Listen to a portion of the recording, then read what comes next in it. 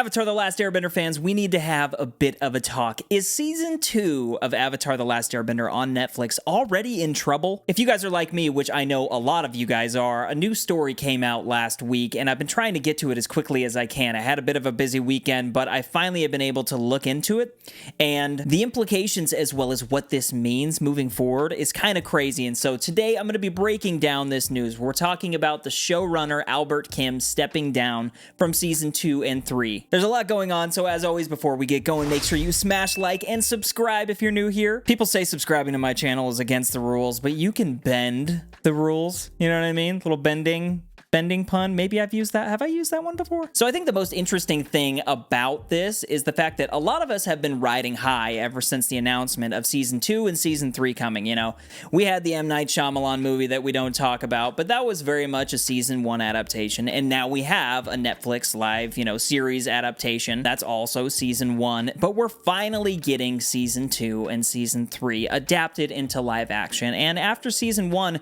I was feeling pretty good about where we were at. Albert Kim seemed like a solid showrunner moving forward. He kind of proved to me that it doesn't have to be the original creators. Like, he put a lot of love into this, and you could see it in every single frame of the live action, but now, moving forward, like, he is gonna be gone. And so you're probably thinking, what does all this mean? Who is stepping in? That's what I'm here today to break down. So we're going to start with this article from Variety. A lot of the different major trades reported this. I'm just choosing Variety, but I've looked at most of them, and all of them are just echoing the same thing. So this article says Netflix's live-action Avatar The Last Airbender series is undergoing a change in leadership. Variety has learned that Albert Kim, who developed the series and served as showrunner on Season 1, is stepping down. Christine Boylan and Jabbar Raisani will lead the show as executive producers going forward. Netflix has already announced the show has been renewed for 2 more seasons, concluding with Season 3. And I've continued to think about that and find that interesting. Just like in my head, I feel like they could just push it for more seasons. I know it's a season-to-season adaptation, but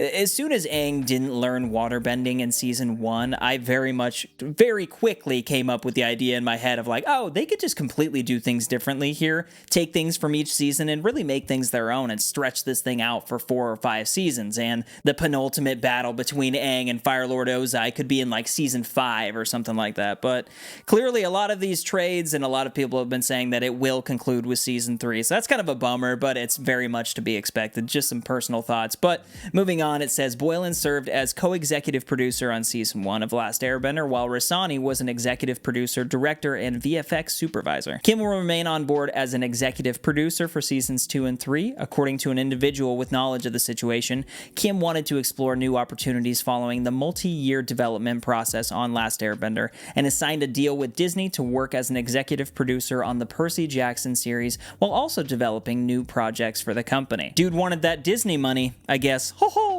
But I'm going to talk about both Christine and Jabbar here in a little bit, but this does elaborate a little bit more on them. It says Boylan's other credits include the hit Peacock series Poker Face, as well as shows like the Netflix Marvel series The Punisher, Citadel at Amazon, and Cloak and Dagger at Freeform. She is also an accomplished playwright, recently debuting her sci-fi play Analog in London, as well as a comic book writer for DC, Marvel, Boom Studios, and Tokyo Pop. As for Jabbar, it says, in addition to his work on Last Airbender, Raisani has done VFX work on shows like Lost in Space, Stranger Things for Netflix, as well as Game of Thrones and The Flash, among many others. He has also directed episodes of Lost in Space, in addition to episodes of Last Airbender. So okay guys, first I want to start with the departure of Albert Kim and what that means moving forward. I've seen some reactions already online. You guys know how people like to blow things out of proportion. There's been a lot of over-the-top reactions. I just kind of wanted to get right down to it and research a lot of this stuff and just see exactly what's happening. And when you look at Avatar Season 1, it was really work by committee. I mean, everybody came together to make that thing happen. With the original creators stepping away, obviously Albert Kim came in and he took on that responsibility, and it was a very, very long journey considering the pandemic was happening. Like, production for Season 1 lasted a really long time, much longer than I would ever expect Season 2 and Season 3 combined to last. But the one thing to note here is that Albert Kim never planned on on being the entire showrunner of season 1 of Avatar: The Last Airbender on Netflix. That just wasn't his goal. That wasn't what he initially set out to do. Obviously, getting that responsibility was huge for him. He's now been able to kind of make a bit more of a name for himself. He's moving on to Percy Jackson. He's doing some stuff with Disney, and good for him. You know, Albert Kim, I have nothing but respect for him and everything he did for season 1 because they took such good care of the property that I know and love so much. But now we're moving on to Jabbar Raisani and Christine Boylan. And who the hell are these people? I don't know. Like, we're gonna have to look into that a little bit, and that's been exactly what I've been doing. I've just been like looking up what they've done, where they've been. It mentions a little bit of that in that Variety article, and that's cool. The one thing to note about Jabbar Raisani and talk about him a little bit is he's been very much on the side of VFX supervisor, but he's worked on shows like Game of Thrones. He was heavily involved with season 3 of Game of Thrones, and then he did most recently some work on Stranger Things.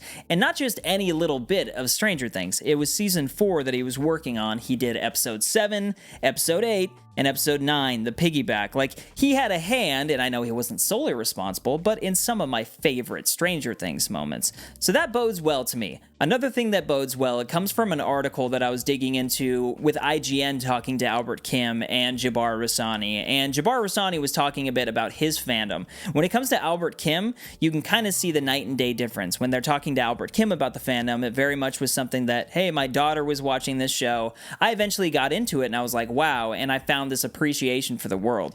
Jabbar Raisani, however, was just a massive fan of the show, and when he heard about it, he did everything that he could just to be a part of it. IGN asked him, I feel like everyone has their I was watching it while it was on, or I discovered it years ago and was like, what the heck is this with Avatar: The Last Airbender? When did you guys get into Avatar? And Jabbar said, I saw it when it first came out, I was a big fan of it, and then I got wind that Netflix was going to be making it, and I was like, how do I get on that show? And I started talking with Teddy about it, and then I think Teddy mentioned me to you, and then that's how I ended up on it. And it seems like he's just a big fan. At least that's what I'm getting from this, and obviously, I mean, that doesn't really matter much. You can be a massive fan of Star Wars and then make a Star Wars movie or Star Wars show, and it can be garbage. Like, you know, obviously, I'm hoping that this dude has a lot of talent. Everything that I see on IMDb points to him being ready for something like this, being an executive producer on the first season, so he knows the ropes, he knows the community that he's working with, he knows the actors and actresses that he's working with, but also stepping in as the director for Into the Dark as well as Omashu.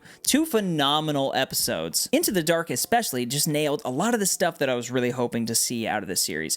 Boomy, the earthbending effects throughout that episode look phenomenal. I think that bodes well for season 2. But then just the emotion from Uncle Iroh and the beats throughout that episode, the pauses, really letting the dialogue come across. There was a lot of problems that people had with the writing throughout the show, but the speech that the earthbender has with Iroh, that moment when they're on that like cart trail and he's talking about his brother at Ba Sing Se, that's one of the best written and performed moments throughout the entire series from both Iroh and that random earthbender dude. And so you mix that with all of his like second unit directing credits on Lost in Space, you mix that with his experience with massive franchise IP like Stranger Things and Game of Thrones. I want to say that I have confidence in this guy especially, but let's turn the page over to Christine Boylan. This is the one that I do not know much about whatsoever. If you know anything about Christine's experience, if you have any thoughts about Christine, please, please, please, please let me know down in the comments, because she really is the question mark here for me. You can look at her IMDb, and there is a lot there, a lot to comb through. I think things get lost in translation for me when we're talking about co-executive producer. I'm not like any sort of guru when it comes to this stuff. I can't sit here and be like, well, actually, the co-executive producer role on this, like, I don't know. But she was the co-executive producer of The Punisher, co-executive producer of Cloak and Dagger, co-executive producer of Avatar: The Last Airbender, and there's a lot more credits. You know, I think my only worry is that this seems like 2 people who might be ready for the job, but they're very new to it. This might just be a situation where we're all kind of just hoping that they can deliver, hoping that they can take this on and just spearhead it and take those criticisms that people had about season 1 and be able to utilize that and put just everything into it and really make this project their own, season 2 and season 3, because that's what the fans deserve. For me, season 1 was awesome, and so I just want more of that, and seeing that Albert Kim is stepping away, You know, I'm a little bit sad, but I can't say that I necessarily was super attached to Albert Kim in any way, you know? I think out of this entire situation, out of Avatar The Last Airbender on Netflix, the thing that has affected me the most is Mike and Brian stepping away. When Mike and Brian stepped away, all hell broke loose on the internet. It was just like, okay, well, this Netflix series is doomed. I tried to stay as optimistic as I could, and I just wanted to see what this thing was like, and I was so pleasantly surprised. There was a lot of doubt coming from so many people online, and all I tried to do was just check out these trailers, analyze them, and give my honest feedback, and everything I saw before the first season seemed pretty good. I was always just like, I don't know, man, are you guys seeing what I'm seeing? Because this looks dope. And then the first season completely delivered for me, and so I'm very much hoping that it's not just like an awesome first season and then second and third just kind of, you know, fade away. I hope that it just gets better and better, and I hope that Jabbar and Christine just absolutely deliver on this and they make it phenomenal because, look, like I said, Jabbar seems like he's a massive fan of the project. Everybody that was involved in season 1 was a massive fan of the original series, and so with the entire cast returning, probably going to have the same composer, you're going to have similar looking VFX because you have Jabbar here. I mean, I can't see any heart escaping this series, but I think it's really going to come down to the writing as well as the direction. Who are the directors that they're going to hire for each episode? Are these two going to take a crack at directing some episodes like Jabbar? Is he going to want to take on more of a director's seat and take over all 8 episodes or 10 episodes or whatever the heck it ends up being? It's going to be interesting to see, but you know me, you know Jones Vibes, I have a lot of faith. I'm not the type to freak out at stuff like this because why not give things the benefit of the doubt? I mean, we're getting a season 2 and 3. There's no reason not to be hyped. This is just a very kind of random piece of news that's kind of shocking. It's like, okay, no more Albert Kim. All right, well,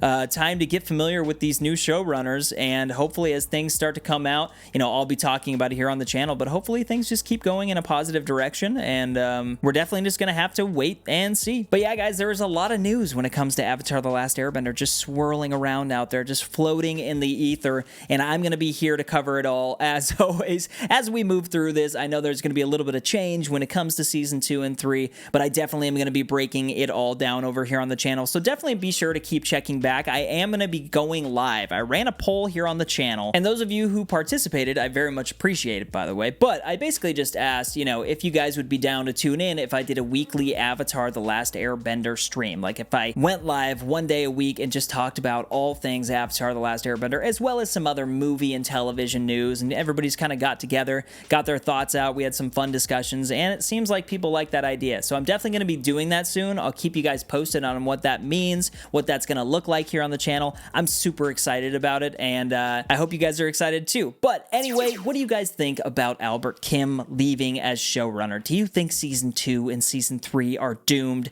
No, they're not, by the way, but what do you guys think about all this? It's crazy news. I'd love to get your guys' honest opinions. I read every single comment that comes in, so please leave it there. Also, I do have a goal here on the channel. I'm trying to get to 15,000 subscribers, and I'd really appreciate it if you hit that subscribe button and help me get there. It would mean a lot, guys, and that's the type of thing that makes a guy go yip yip. But make sure you smash like before you head out. You can follow me on X at Jones Vibes Only, and don't forget to keep up the good vibes, guys. But everybody calm down. Avatar The Last Airbender seasons 2 and 3 are gonna be fire.